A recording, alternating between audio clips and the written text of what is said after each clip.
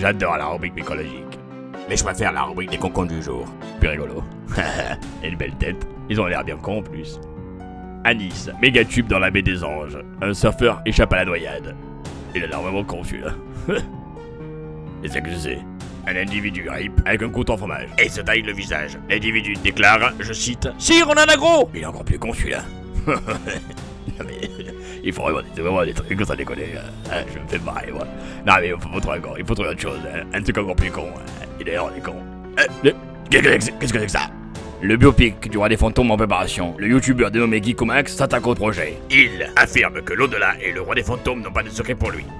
Non mais il se prend pour qui cette espèce d'enfanton là? Alors t'as voulu me la foutre à moi? Mais c'est moi le roi des fantômes. Va donc casser les couilles d'un autre ailleurs. Allez, tu vas voir. Allez. Showtime. Ouh yeah, alerte! La connexion est établie!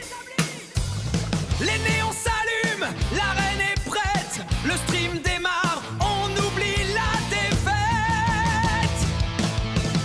Chico Max est là, le signal est donné. Chico Max, le chat est déchaîné. Chico Max, Chico Max, Chico Max, c'est le grand frisson. Le moment est venu, le signal traverse l'ombre, une impulsion dans le noir.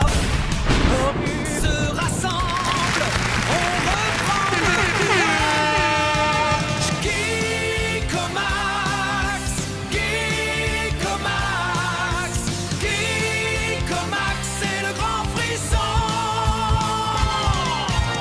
Chico Max, Chico Max, Chico Max, c'est le grand frisson.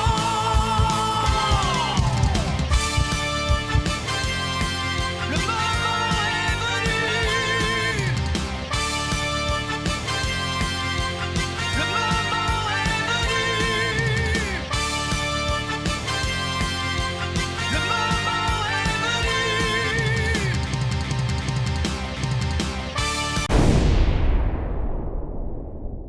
Bon allez, je vais atterrir directement chez lui, tu vois, ça va être réglé. Attends, les voyages comme ça me file l'air rafraîchi.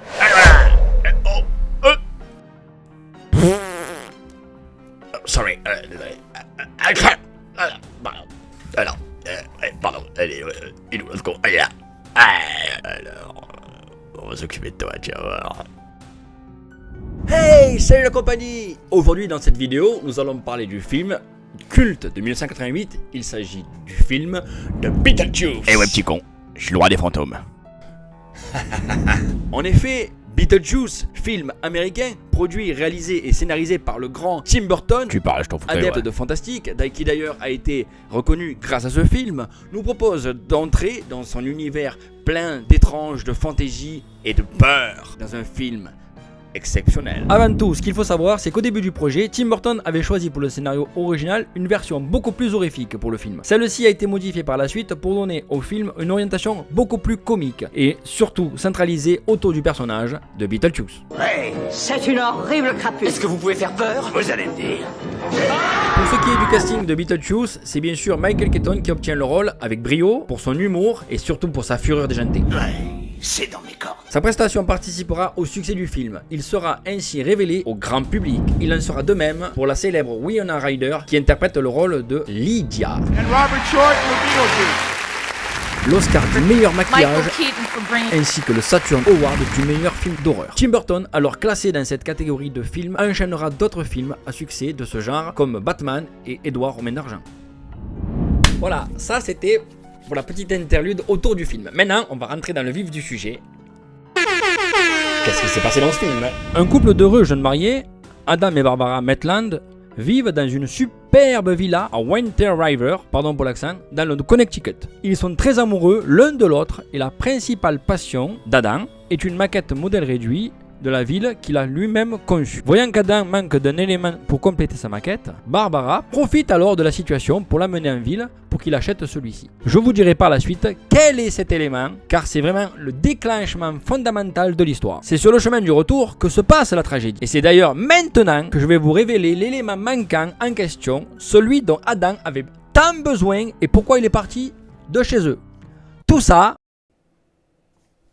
pour aller acheter un crayon. Les débiles. Et à cause d'un chien aussi. Let's go! Barbara, toujours au volant de la voiture, traverse le pont qui sépare le centre de la ville et les habitations voisines, et elle est soudainement prise de peur par un obstacle au milieu. La voiture percute alors le contour du pont. C'est quoi cet obstacle? Qu'est-ce que c'est? Je vous l'ai dit tout à l'heure, l'obstacle, c'est ce con de chien. Pas de chien, pas d'histoire. La voiture au fond du canal. Et plouf, directement dans la cuvette des chiottes. Allez, circulez, plus rien à voir. Et ils meurent tous les deux. Fin du film. Comme Max et le grand frisson. Ah, non, je déconne. Voilà ce qui s'est passé. Dans la scène suivante, on retrouve Adam et Barbara dans leur maison, mais ils ne se rappellent pas être rentrés chez eux, et c'est bien plus tard qu'ils réalisent qu'ils sont devenus des fantômes. Des fantômes de merde, ouais. Ils ne peuvent pas quitter leur maison, car passant la porte d'entrée, ils se retrouvent alors dans une dimension désertique effrayante, Eh, prends ça dans ta gueule. peuplée de gigantesques serpents de sable, Allez, bouffe-les-toi. Merde. Ah, non. Oh, raté. et où la notion du temps est différente comparée au monde réel. Les jours passent, et un beau matin, Heureux. Mais c'est la reine, celle-là. leur maison est vendue à un couple de riches snobs new-yorkais, Delia et Charles Dips. Et ils aménagent dans cette nouvelle demeure avec une adolescente gothique qui est la fille de Charles, de sa première épouse, et qui s'appelle Lydia. Ouais, salut, poupée. Ouais, elle est bonne, hein. Les Dips sont accompagnés de leur décorateur Otto. Enfin, c'est surtout un ami de Delia qui est, comme elle, un obsédé de l'art moderne. Et tous deux se dépêchent donc de redécorer la maison avec leur style bien à eux, sous les yeux horrifiés des Maitland et totalement dépassés par tous ces événements et changements soudains chez eux. Tu m'étonnes. Moi, je t'ai... Adam et Barbara, grâce à un manuel destiné aux récents défunts, découvrent comment accéder à l'après-vie. Un monde s'apparentant à une immense bureaucratie où les morts doivent gérer leur propre situation post-moderne. Juno, leur conseillère dans l'après-vie, les informe qu'ils doivent hanter leur maison pendant 125 ans et se débrouiller par eux-mêmes pour chasser ses occupants. Mais comme ils sont invisibles, Ouais, c'est raté. Bon, c'est nul. Bon, ouais, essaye ça plutôt. Je pense que c'est mieux. invisible, pas pour tous. Seule Lydia pourra les voir. Et comme l'au-delà c'est son kiff, Non, son kiff, c'est moi. Pardon. elle va vite tomber en admiration pour eux. Pour moi. Elle va vite les bader, comme on dit chez nous. Je crois pas, non. Et ce sera réciproque. Si tu le dis. Après s'être fait engueuler par Juno parce qu'il n'arrive pas à faire peur, les Maitland décident de faire appel à son ancien assistant. Aussitôt, Juno les met en garde. Ah ouais. Son assistant a très mal tourné. Il est devenu aujourd'hui un bioexorciste excentrique et peu digne de confiance. Je t'emmerde. Il ne faut surtout pas faire appel à lui. Mais dans la maquette d'Adam, quelque chose leur fait signe. Et les incite à l'appeler. Vous voulez peut-être vous aussi l'appeler? Allez, appelez-moi, ouais. Son nom, prononcez-le 3 fois. Ouais, vas-y, dis-le. Beetlejuice. Dis-le. Beetlejuice. Dis-le. Beetlejuice.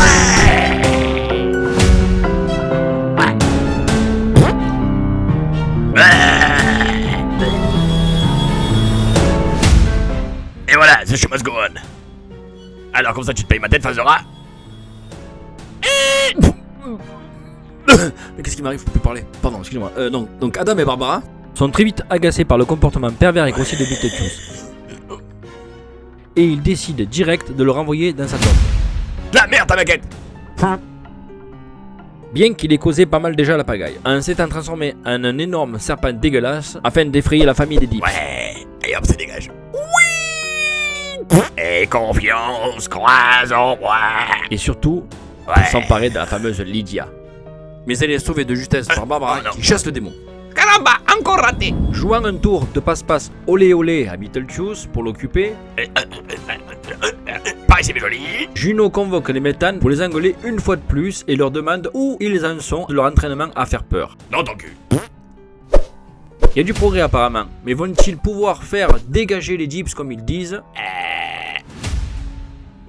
Non. Après les expériences dont ils ont été victimes, les Jeeps sont persuadés que la maison est hantée. Mais loin de les effrayer, car cela les convainc d'en faire une attraction touristique ouverte au public et ainsi retrouver la confiance des gens qu'ils avaient perdue par le passé. Et c'est alors qu'avec le manuel des morts qu'il a volé au Metland, Koto conduit une séance de spiritisme. Jésus revient parmi les tiens. Pour prouver au patron de Charles que la maison est vraiment hantée. Debout les morts. Les Metland apparaissent mais commencent à se décomposer car Otto procède involontairement à un exorcisme. Lydia n'a alors pas d'autre choix que de demander de l'aide à Beetlejuice qui celui-ci accepte mais à une condition. Ah ouais. Qu'elle l'épouse. Ce qui lui permettra d'agir sur le monde matériel sans avoir besoin d'être invoquée. Voyant ses amis souffrir devant elle, elle accepte et prononce la formule magique. Allez, avec moi tous en cœur, Beetlejuice. Ouais, ça fait 1. Beetlejuice. Et le 2. Beetlejuice. En avant pour la grande éclate. Salut, c'est génial. Beetlejuice renaît avec tout son panache, tel un clown de cirque, version fête foraine. Interrompt l'exorcisme. Un poule. Dégage le patron de Charles à coups de grand maillet. Merci. Merci, public adoré. Libère les 2 tourtereaux. Chasse Otto. T'en vas pas gagner du quand on tourne ma manche. Glandu. Et prépare activement une cérémonie de mariage. Son mariage. Allez, on y va. Avec Lydia bien sûr. Celle-ci, dépitée, perdue, horrifiée, est attirée vers le roi des fantômes comme par enchantement, dû au pacte qu'elle a passé avec lui. Horseman. Et la cérémonie du mariage commence. De leur côté, les Metlan qui ont repris connaissance décident de se ruer sur le roi des fantômes afin d'aider leur ami, mais en vain, car celui-ci est trop puissant face à eux. Tais-toi, chienne. Stop. Au revoir. Ils sont tous les deux téléportés dans un autre espace. Sayonara. Vaya condigos. Malgré cela, Adam contre-attaque. Il se jette dans une voiture et fonce en direction du démon. Ah, au feu. Au feu. Au feu. C'est alors que Barbara surgit à son tour. Fin du jeu pour Beetlejuice. Et tout le monde est sain et sauf.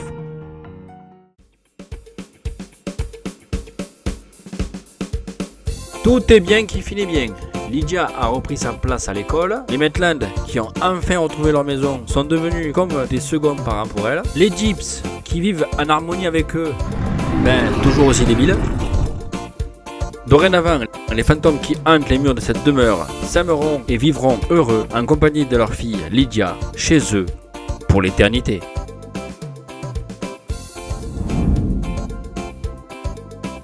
Quant à Beetlejuice, retour case départ. Il tentera de doubler un sorcier, mais hélas, sans succès. Parce que vous comprenez que... Tu comprends mon nez là. Qui se passe? Qu'est-ce qui m'arrive?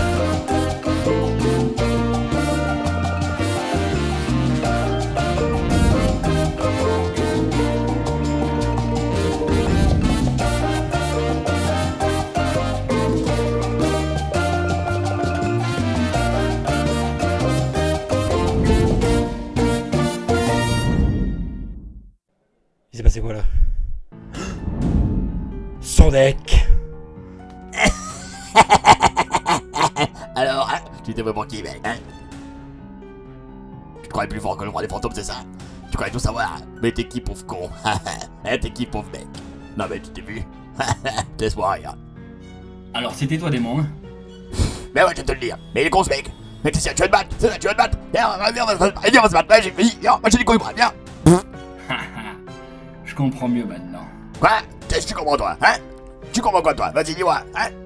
Ah, t'as voulu me foirer ma vidéo, c'est ça? Ouais. Et tu sais quoi? Beetlejuice. Oh non, j'en supplie, fais pas ça. Non, fais pas ça. T'en supplie. Beetlejuice. On va faire des affaires ensemble. Et je serai pas méchant sur le tarif. Je t'en promets. Alors, ne fais pas ça. T'en supplie. T'as besoin de moi. C'est moi le roi des photos. Beetlejuice. Non. Tant pis. Et je time.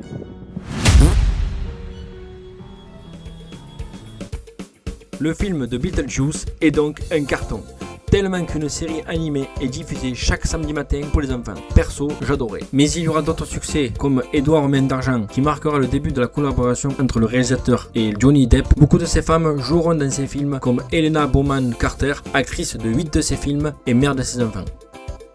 En octobre 2022, à Lyon, Monica Bellucci lui remet le prix du Festival Lumière et ce fut direct le coup de foudre. Tim, plus heureux que jamais, décide alors de réaliser, après 36 ans d'attente, Beetlejuice.